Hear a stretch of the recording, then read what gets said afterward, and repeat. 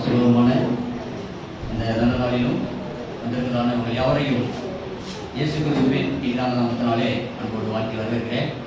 நேரம் நமக்கு கடந்துவிட்டது. அதனாலே சீக்கிரமாக இந்த நாளின் செய்தியை நாம் என்ன செய்வோம், துவங்கி முடிப்போம். இந்த வேளையில் நாம் என்ன செய்வோம், ஜெபம் செய்வோம். எழுந்து ஜெபத்தை நாம் ஏற்போம். மகத்துவமானதுக்கு ஆண்டவர் நிறைந்த நல்ல ஆண்டவரே, இந்த நேரம் வரைக்கும் ஆண்டவரே நாங்கள் உண்மை வாடி துதித்தோம். உடைய பிள்ளைகள் செய்த அதிசயங்களை நாங்கள் கண்டுகொண்டோம். தகப்பனே, இந்த வேளையிலே ராஜா நாங்கள் இங்கே வந்த காரியத்திற்கான நன்மைகளை இன்னும் நாங்கள் பெற்றுக்கொள்வதற்கு இந்த ஆண்டின் துவக்கம் முதல் இந்த ஆண்டின் முடிவு மட்டும் எப்பொழுதும் உடைய பிரசன்னம் உடைய பிள்ளைகளோடும் உடைய குடும்பத்தோடும் ஆண்டவரே இந்த ஊழியத்தோடு நிற்கும்படியாக எங்களை பார்த்து வருகிறோம். எங்களை ஆண்டவரே முக்கியமாக அர்ப்பணிக்கிறோம். நாங்கள் தகுதியற்றவர்கள். உடைய வல்லமையினால் எங்களை தாங்கி சுமந்து வழிநடத்தின தேவனுக்கு கொடாபடி நன்றி செலுத்தி இந்த வேளையில் தகப்பனே உங்களுடைய பாதத்தை ஒவ்வொருவரையும் தாழ்த்தி ஒப்புக் கொடுத்து வேண்டுகிறோம். இறக்கமுள்ள நல்ல பிதாவே, ஆமென்.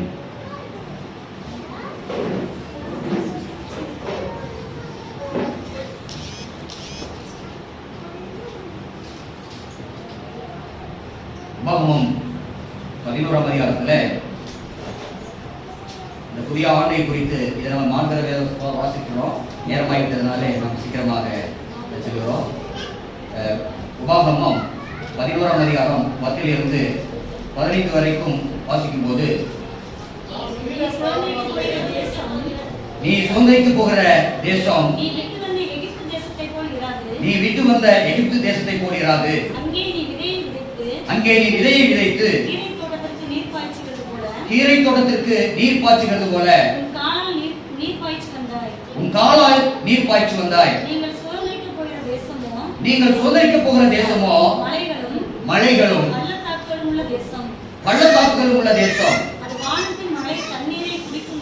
அது வானத்தின் மழை தண்ணீரை குடிக்கும் தேசம். அது உன் தேவனாகிய கர்த்தர் விசாரிக்கிற தேசம். வருஷத்தின் துவக்கம் முதல் வருஷத்தின் முடிவு மட்டும் எப்பொழுதும் உன் தேவனாகிய கர்த்தரின் கண்கள் அதன் மேல் வைக்கப்பட்டிருக்கும். நீங்கள் கர்த்தரிடத்தில் உங்கள் முழு இதயத்தோடும் முழு ஆத்மாவோடும் அன்பு கூர்ந்து அவரை சேவிக்கும்படி நான் இன்று உங்களுக்கு கற்பிக்கிற என் கற்பனைகளுக்கு கீழ்ப்படிந்திருந்தால் நீ உன் தானியத்தையும் உன் திராட்சை ரசத்தையும் உன் எண்ணெயும் சேர்க்கும்படிக்கு ஏற்ற காலத்தில் உன் தேசத்திலே முன்மாறியும் பின்மாறியும் பெய்ய பண்ணி மிருக ஜீவன்களுக்காக உன் வழிகளிலே புல் முளைக்கும்படி செய்வேன். சாப்பிட்டு திருப்தி அடைவாய். ஆண்டவருடைய வார்த்தைகளை, ஆண்டவருடைய சட்டங்களை, ஆண்டவர் கொடுத்திருக்கிற சத்தியங்களை நாம் சரியாய் கை கொண்டோமானால், அதை சரியாய் கை கொண்டு வாழ்ந்தோமானால் உங்களுக்கு ஏற்ற வரையில மழையை நான் வசிக்க பண்ணுவேன்.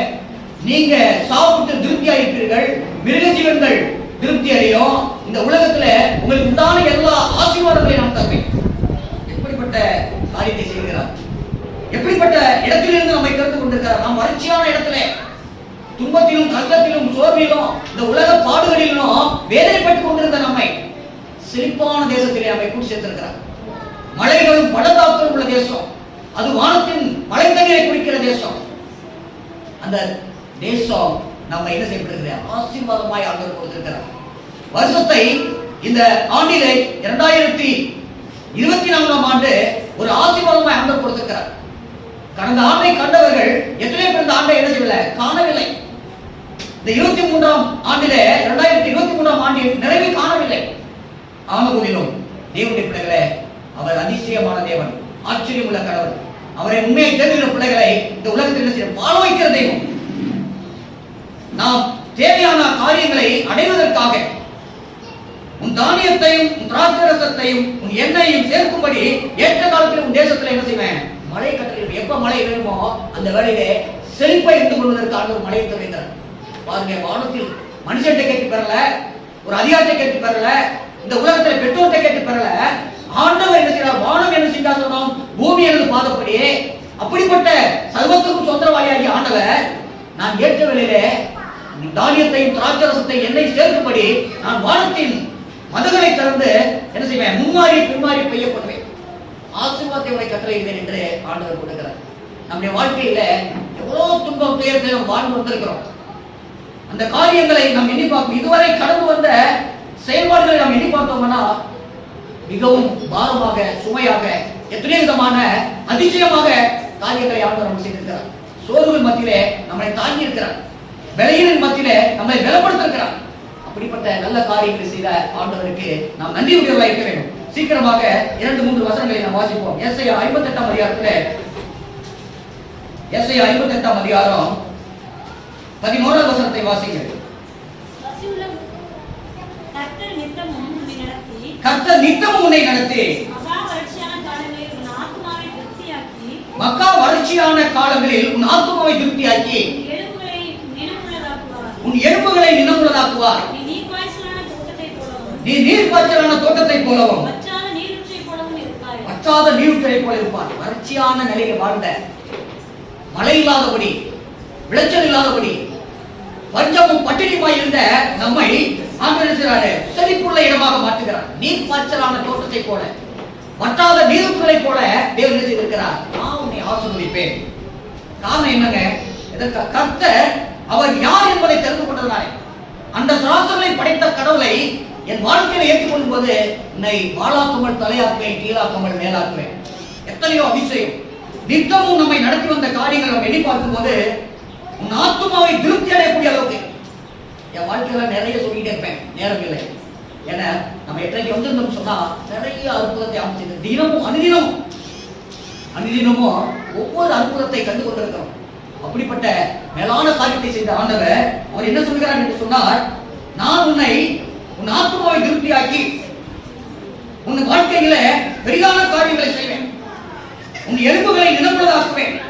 நீ எப்படி இருப்பாய்? செழிப்பாய் இருப்பாய். வற்றாத நீரூற்றுகளை போல் இருப்பாய். கர்த்தருடைய பிள்ளைகளாய் நீங்கள் நானும் அந்த உண்டு பண்ணின அந்த ஆசீர்வாதத்தை கொடுத்த அந்த நன்மைகளை நமக்கு கொடுத்து நாம் பெற்றுக்கொண்ட நீங்கள் நானும் நாம் எப்படிப்பட்டவர்களாக இருக்க வேண்டும்?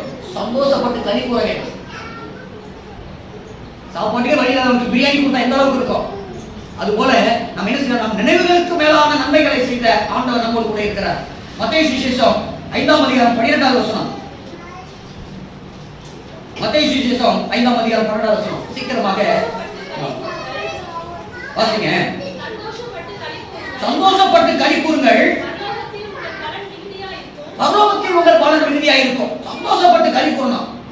என்னை யாரும் விசாரிப்பார்கள், என் தேவைகளை சந்திப்பதற்கு இல்லை, என் வாழ்க்கையில் எனக்கு துணை இல்லை, என்னை வழிகாட்ட ஆள் இல்லை. அப்படிப்பட்ட நிலையில ஆண்டவர் என்ன சொல்றாரு? நான் உன்னை தெரிந்திருக்கிறேன்ப்பா, நான் உன்னை அழைத்திருக்கிறேன், நான் உன்னை பாதுகாப்பேன். சந்தோஷப்பட்டு அந்த தெய்வம் செய்த காரியங்களை நினைத்து களி கூற வேண்டும்.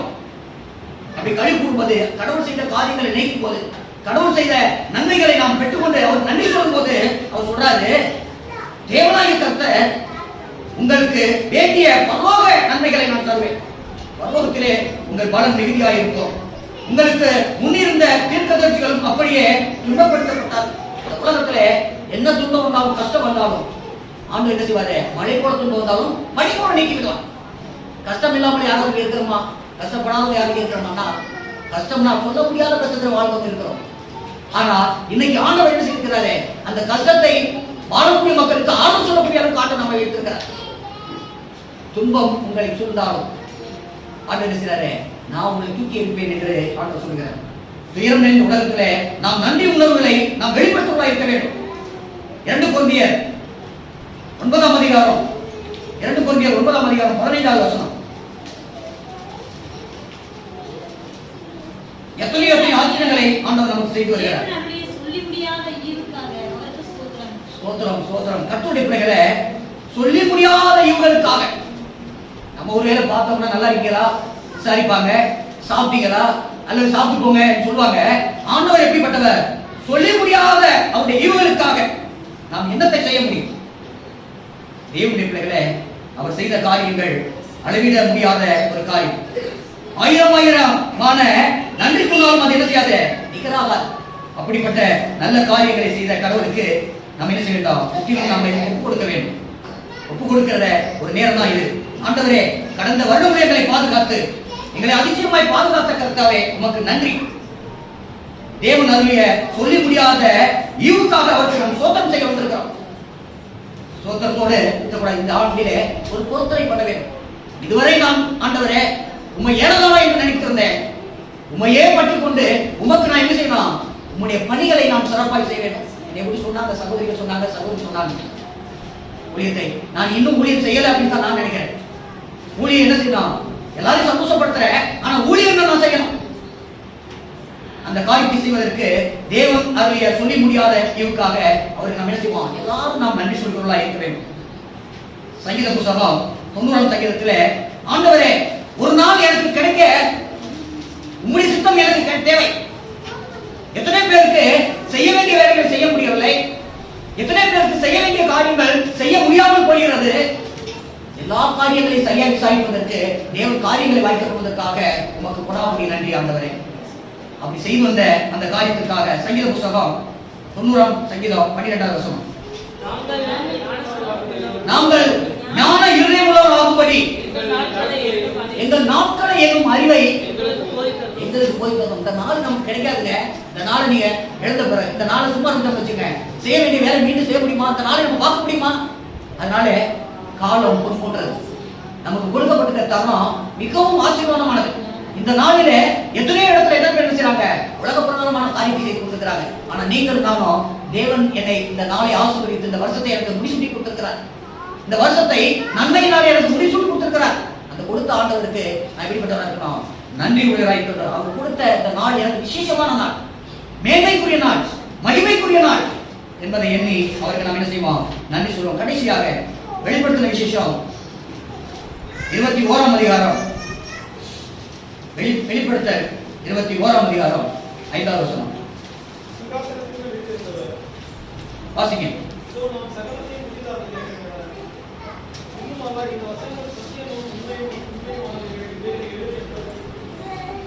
தேவனுடைய வார்த்தைகள் எவ்வளவு மேன்மையானதா இருக்கு. சிங்காசனத்தின் மேல் வீற்றிருக்கிறவர் யாருங்க? உலக ரட்சகர், நம்மை படைத்தவர், நம்முடைய தகப்பன், நம் குடும்பத்துக்கு பொறுப்பாளி. சிங்காசனத்தின் மேல் வீற்றிருக்கிறார். ஒவ்வொரு நேரத்துக்கும் ஒவ்வொரு தேவைகளை சந்தித்து நான் உன்னோடு கூட இருக்கிறேன், நான் உனக்கு நன்மை செய்ய நினைக்கிறேன், உனக்கு சகாயம் பண்ண இருக்கிறேன், நான் சகலத்தை என்ன செய்கிறேன்? புதிதாக போகிறேன். நீ கஷ்டப்பட்டிருக்கலாம், நீ கவலைப்பட்டிருக்கலாம், வாழ்க்கையில சொல்ல முடியாத துயரம் இருக்கலாம். நான் உன்னை காண்கிற தெய்வம், நான் உன்னை விசாரிக்கிற தெய்வம். மனுஷன் முகத்தை பார்க்கலாம், ஆனால் கடவுள் யாரு? அவர் நம் இதயத்தை பார்க்கிறவராக இருக்கிறார். அப்படிப்பட்ட அந்த மேலான கடவுள் நான் சகலத்தை புதிதாக்குகிறேன் என்றார். பின்னும் இந்த வசனம் சத்தியமும் உண்மையுமானவைகள் என்று நீங்கள் நாம் அறிந்து கொள்ள வேண்டும். நம்ம வாழ்க்கை ஒரு புதிதான வாழ்க்கை. புத்தாண்டு பிறந்தது, புது வாழ்வு வளர்ந்தது. நம்ம வாழ்க்கையில இந்த ஆண்டு எத்தனை பேர் கிடைக்கல? தேவனுடைய ஆசீர்வாதத்தோடு இந்த ஆண்டை நாம் என்ன செய்யறோம்? தொடர்ந்து இருக்கிறோம். புது வாழ்க்கை நான் நினைத்து பார்க்க முடியலங்க. என் தேவன் செய்த காரியங்களை சொல்லி முடிந்தாலும் போதாது. அவ்வளவு மேலான காரியங்களை, அதிசயமான காரியங்களை, ஆச்சரியமான காரியங்களை, மகத்துவமான காரியங்களை ஆண்டவர் எனக்கு செய்திருக்கிறார் என்று சொல்லக்கூடிய அளவுக்கு நீங்கள் நாம் சாட்சியுடன் இருப்போம். இந்த ஆண்டு ஒரு விசேஷமான ஆண்டு. ஆண்டவர் நமக்கு ஆசீர்வாதமாய் கொடுத்த ஆண்டு. இந்த ஆண்டிலே அவருக்குள்ளாக நாம் என்ன செய்ய வேண்டும்? மகிழ்ந்து களிகூற வேண்டும். எதற்காக மகிழ்ந்து களிகூற வேண்டும்? அவர் புதிய காரியங்களை செய்ய போகிறார். புதிதான காரியங்களை செய்ய போவதனாலே இது சத்தியம் என்பதை ஆண்டவர் சொன்னதை செய்வார்கள். கட்டாயம் சொன்னதை செய்கிறவர். அவர் மனிதனை போல மனமாறுகிறவர் அல்ல, தாமதப்படுத்துகிறவர் அல்ல. சொன்னதை செய்கிற தேவன் நம்மோடு கூட இருக்கிறார். உங்கள் யாவரையும் ஆண்டவராய் கர்த்தர் ஆசீர்வதிக்கவே விரும்புகிறார். உங்களுடைய சுகத்தை விரும்புகிறார். உங்களுக்கு சந்தோஷத்தை கொடுக்க நினைக்கிறார். உங்க வாழ்க்கையில பெரிதான காரியங்களை செய்ய நினைக்கிறார். உங்கள் ஆசீர்வாதமே அவருக்கு என்ன பிரியம். உங்களை ஆசீர்வதிப்பது அவருக்கு பிரியம். அப்படிப்பட்ட நல்ல காரியங்களை செய்ய போகிற ஆண்டவருக்கு நம்மையும், நம்முடைய வாழ்க்கையும், நம்முடைய நேரத்தையும், நம்முடைய தாழ்வுகளை அவருக்கு கொடுப்போம். நேரம் கடந்து விட்டது. நிறைய வசனங்களை நான் என்ன செய்திருக்கேன். இன்றைய தினத்திலே நாம் கற்று ஆண்டவருடைய மகிமையை, அவருடைய சந்தோஷத்தை கைகொண்டு நாம் என்ன செய்ய வேண்டும்? அவரை மேன்மைப்படுத்த வேண்டும் என்று இருந்தோம். ஆனால் நேரம் கடந்து விட்டதுனாலே தேவன் என்ன செய்கிறார்? சிங்காசனத்தின் மேல் வீற்றிருக்கிறவர் சகலத்தை புதிதாக வளராய் இருக்கிறார். நமக்கு வருகிற பிரச்சனை, நமக்கு வருகிற இடையூறு, நமக்கு வருகிற துன்பம், நமக்கு வாழ்க்கையில கிடைக்க வேண்டிய எத்தனையோ காரியம் கிடைக்காமல் இருக்கலாம். எல்லாவற்றையும் நிறை செய்வதற்கு தேவன் என்ன செய்கிறார்? உங்களோடும் என்னோடு கூட இருக்கிறார். அந்த தேவாதி தேவன் நம்ம இம்மட்டும் நடத்தின தேவனுக்கு நம்முடைய வாழ்நாள் எல்லாம் அவருக்காக வாழ்வோம், அவரை போல வாழ்வோம். தேவன் நம் ஒருவரையும் ஆசீர்வதிப்பாராக. ஆமென்.